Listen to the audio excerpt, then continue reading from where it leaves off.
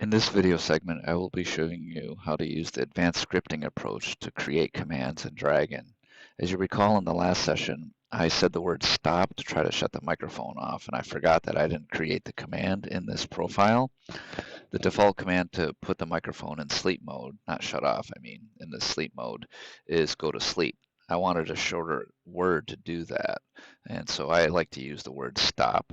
And I would suggest for your field data collection is to create a whole bunch of commands that shut the microphone off to account for sudden events that cause you to say words, like such as another staff member's name or swear words or things like that that may come up, and you'll want the microphone to shut off automatically so that it's not trying to write everything down in your data entry form.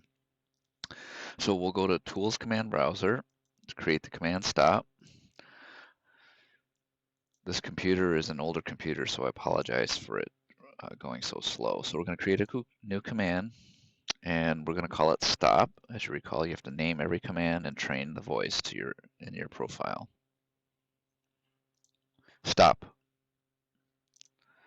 So the command type we're going to choose is advanced scripting, and this is a subroutine format that, for those of you that program, it's pretty common format for linear programming. And in Dragon, there actually is a function called go to sleep that you can use. So we're going to save it. You see stops down there, and that has the advanced scripting icon for the command type. Wake up. Stop. So you can see when I said the word stop, it put it into sleep mode, and this movement here is the volume indicator from your microphone, so it's on standby mode. So next I'm going to show you an advanced scripting command to navigate in a data record.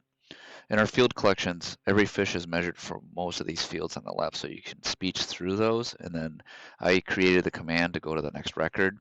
On the right side, these are fields or observations that are infrequent on fish, and some fish will have heads or bags collected, but most will not, so you'll just go to the next fish and keep measuring. But in the case of a fish that you do see these observations, you want to navigate over there rapidly, rather than have a form where you actually speech through everything, even though you're not measuring anything or they're just default. This makes your data collection more rapid and efficient. So there's 8 fields here, A1 through B4. Those are sea lamprey wounds that we observe on lake trout. There's 2 types, A and B, and then there's 4 stages. So I'm going to create a command to navigate to the A1 field that awaits for you to enter the number of wounds you observe on a fish. So we're going to go to Tools Command Browser, create a new command, and we will call it A1. A1. And we will go to Advanced Scripting. So when I navigate on our data entry form on a record, basically the navigation is very mechanical. It's using keystrokes, either right or left, up or down. And what I like to do on our entry form is to have it tab out of the current field it's in, where the cursor's at. And then the next step will go to the end or the beginning of the record. And then it's going to use the arrow keys to either go left or right to the field that you want it to go to. And then it'll execute either another function that you put in this command, or it'll await another measurement or number that you're going to voice in. So we use send keys, which will be probably 98% of the functions you use in this advanced scripting. And as I mentioned, I'm going to have it tab out of the wherever it's at currently. So you can see that the send keys function turned blue or bluish green, which indicates that it's a recognized function in the command advanced scripting mode. So next I'm going to have a send keys command to have it go to the end of the record, wherever it's at. And then I'm going to have it go arrow left 9 fields to where the A1 is. Hopefully I have that right.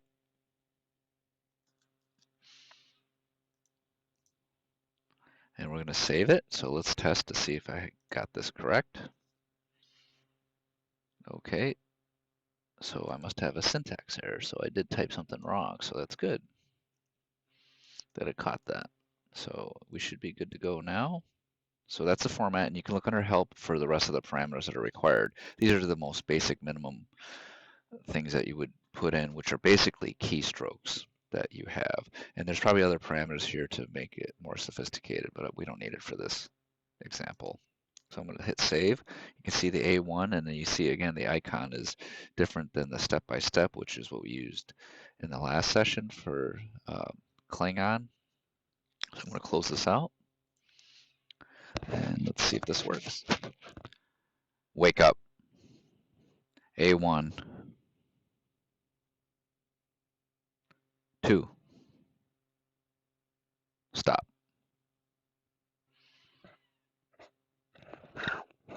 So you see it when I said A1, it navigates the A1 field, and I entered the measure of 2 wounds. Now you see that the cursor stays there.